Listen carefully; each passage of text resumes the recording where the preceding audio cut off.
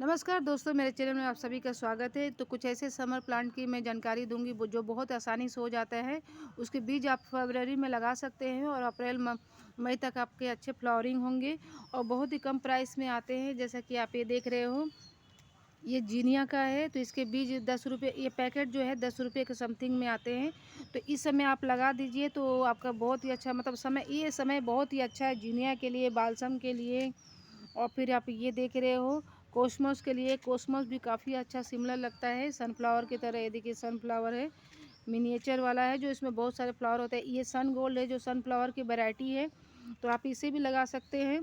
और ये जो आप देख रहे हैं जीनिया की, ये जो बिग वैरायटी है, जो एक फ्लावर बहुत बड़े होते हैं कंडीशन में, तो आप इसे लगा सकते हैं। और इसे लगाने के लिए आप ज़मीन पे भी डायरेक्ट लगा सकते हो या फिर आप कोकोपीट में भी लगा सकते हैं। कोकोपीट में आप इसको दबा के जब इसकी प्लांट्स निकल आए तो आप किसी ज़मीन में या गमले में लगा सकते हो, या फिर आप बालू मिक्स मिट्टी में भी आप लगा सकते हो। तो किसी भी कंडीशन में बहुत ही अच्छा हो जाता है। सिर्फ इसका मैं छिड़काव की थी तो वो कितने अच्छे कंडीशन में निकल गए हैं, मैं आपको दिखाती हूँ। केवल ऊपर ऊपर छिड़काव की थी। और सनफ्लावर की जो बड़ी वाली वैरायटी है वो भी मैंने लगाया था, कोकोपीट में मैंने लगाया था। कुछ अच्छे प्लांट थोड़े बड़े हो गए तो मैंने उसको ज़मीन पर लगा दिया। तो मैं आपको दिखाती हूँ। तो दोस्तों ये देखिए, ये सनफ्लावर की बिग वाली वैरायटी है। तो इसको मैं बीज बीज कोकोपीट में लगा दी थी, थोड़े से बड़े हो गए तो इसको मैं ज़मीन पे लगा दी हूँ। और ये जो आप देख रहे हो कोसमोस का है, जो मैं ऐसे मिट्टियों में छिड़क दी थी तो काफ़ी अच्छा देखिए कंडीशन में सब जगह से निकल आए हैं।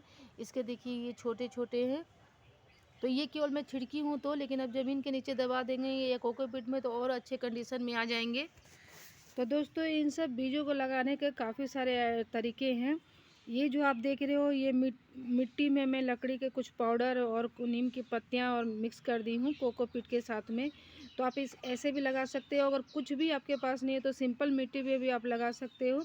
उसके अलावा अभी मैं क्या है, इसको प्लांट्स तैयार करने वाली हूँ ताकि मैं दूसरी जगह लगा पाऊँ। तो सिर्फ ये मैं कोकोपीट में लगाऊंगी। ये जो है मोस्टली आपके घरों में ट्रे आ जाते हैं इस तरीके से।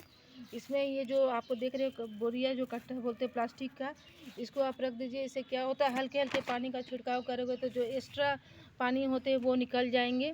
तो मैं इसमें लगाती हूँ।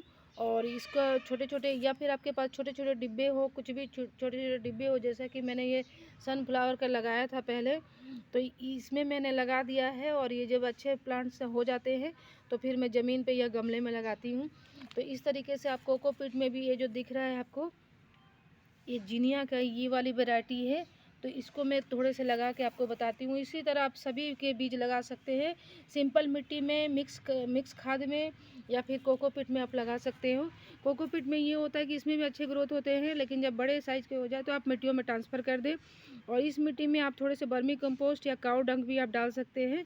तो फिलहाल मैं थोड़े से होल करके हल्के हल्के, ज़्यादा नहीं, ज़्यादा नीचे डिप भी नहीं डालना है, नहीं तो डिप डालने से फिर वो ज़्यादा अंदर गल जाते हैं।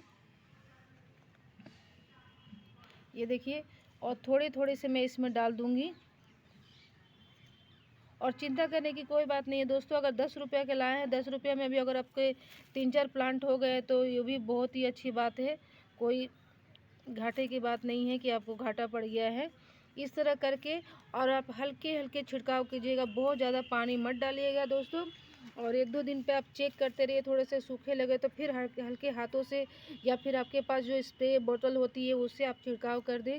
इसी तरह प्रक्रिया आप इसमें भी कर सकते हैं, इस मिट्टी में भी थोड़े से। और फिर ये ज़मीन पे भी आप लगा सकते हो।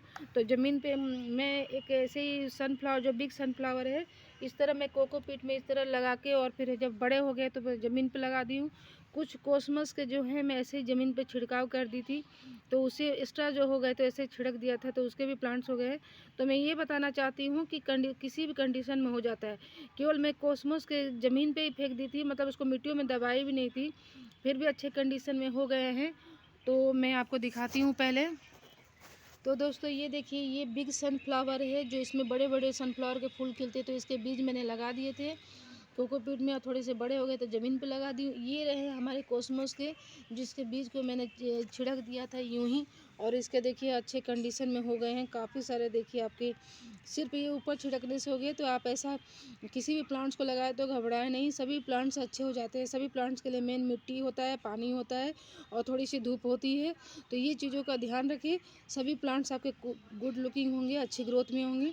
बहुत ज़्यादा खाद की भी चिंता ना करें, सिंपल मिट्टी में होने वाले बहुत ही अच्छे सब प्लांट हैं। जितने भी प्लांट्स मैंने बताए सब सिंपल मिट्टी में भी हो जाते हैं और खाद डालने से और बेहतर हो जाते हैं। तो दोस्तों ये आप जाएँ मार्केट से अभी लेके आएँ, सीड्स काफ़ी सारे अवेलेबल है। नर्सरी में सबके प्लांट्स भी आपको अवेलेबल हो जाते हैं, लेकिन इसके प्लांट्स कम से कम 20-30 रुपये के समथिंग में आते हैं।